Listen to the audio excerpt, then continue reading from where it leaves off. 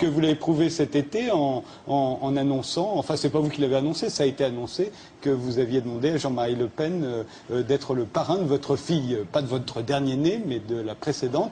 Est-ce que vous pouvez nous expliquer là maintenant, est-ce que c'est de l'humour, est-ce que c'est de la politique? Pourquoi pas le dernier-né déjà? Alors, pourquoi pas le dernier-né s'appelle Judas. Voilà. Mon fils s'appelle Judas. Hein. Je fais ce que je veux. Et c'est mon fils. Donc quand même, j'ai une bonne raison. Ça pensé à lui plus tard. Ben, il y avait Christophe, Judas au tableau. mais c'était un nom, il y avait plus de pédophiles qui s'appelaient comme ça. Il n'y a pas de pédophile qui s'appelle Judas. Et peut-être que je vais recommencer à choquer certaines personnes. Est-ce que vous regrettez ce sketch? C'est un peu le risque de notre métier. Ah non, je ne peux pas regretter. Mais regretter de faire ce travail d'humoriste.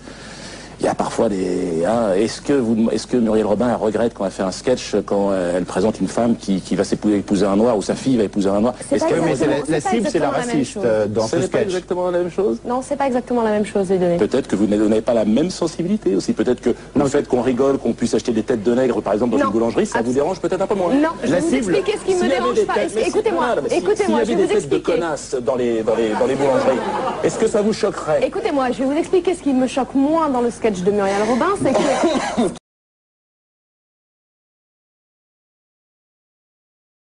dans le sketch de Muriel Robin, c'est que... Et qui vous a franchement engueulé et que vous avez déçu? Alors là, j'ai eu les cadres. J'ai eu des cadres, c'est Bernard-Henri Lévy qui a appelé au boycott de mon spectacle. On a dit les communistes. C'est un intellectuel. C'est un collègue humoriste pour moi. C'est un intellectuel pour vous. Visiblement, il vous touche. Moi, personne ne me touche pas du tout. Bernard-Henri Lévy est un clou. C'est Achille Zavata pour moi. Pour moi, non mais c'est vraiment, je pense que ce que je dis, pour moi, c'est l'arbre à connaissance sculpté avec du caca, ce qu'il fait. Ça n'a aucun sens.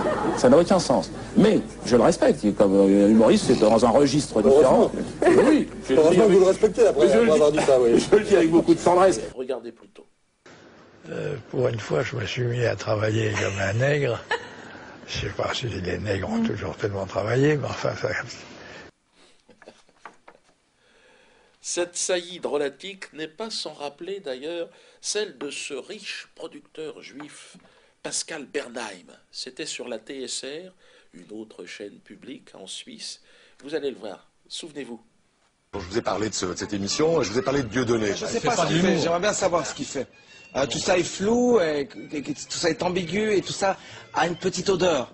Je pense qu'il n'est pas assez futé pour exactement manipuler les... C'est un nègre. C'est un nègre. C'est un nègre. Étonnant, non? À une année d'intervalle. Mais revenons à la déclaration de celui que j'appellerais avec humour ce bon vieux sac à merde de Guerlain. Mais l'originalité du discours de cette vieille momie sodomite se situe à la fin de sa déclaration. Mais je ne sais pas d'ailleurs si les Noirs ont tellement travaillé que cela. Ce vieux suceur de bourgeois franchit un cap, il entre dans la négation. Il remet en cause la condition de travail de l'esclave et sa pénibilité. Je ne sais pas si ils ont travaillé tant que cela. Je ne sais pas si vous imaginez cette phrase. Cette immonde raclure à l'anus artificiel, je parle évidemment de Guerlain, se permet de réécrire l'histoire sans que cela n'émeuve personne. Imaginez une seconde une telle négation au sujet des chambres à gaz, par exemple. Bon, là, il serait emprisonné, condamné à je ne sais combien d'années de prison, comme notre ami Renoir, qui aujourd'hui est en prison. Guerlain, oui, je pisse sur toi, je pisse sur ta famille et je défèque sur ton nom. Mais je pense que tu as le droit de dire ce que tu as dit. Oui, parce que tu le penses, tu n'as pas menti, Guerlain. Tu nous as livré ta vérité nue et un peu crue. Ce que je trouve insupportable, c'est le silence complice de cette vieille classe politique et des médias aux ordres. Trop occupés en plus en ce moment à nous resservir une énième fois cette indigeste affaire Halimi qui n'intéresse plus personne. Au moment où le procès Saïd Bourarache arrive, lui, personne ne s'intéresse à cela et j'en passe. Le deux poids, deux mesures. Guerlain, ton nom rime avec putain. Une putain à la cour des rois. Je finirai donc sur cette petite chanson, Guerlain Pimpin, petite putain qui fait dans le parfum.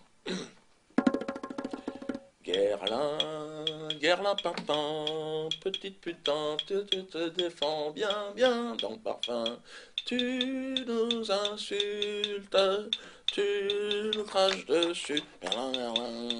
Guerlain, pimpin. Là, normalement, c'est en ré mineur. Guerlain, pimpin. Petit fils de putain, t'es qu'une putain, Guerlain.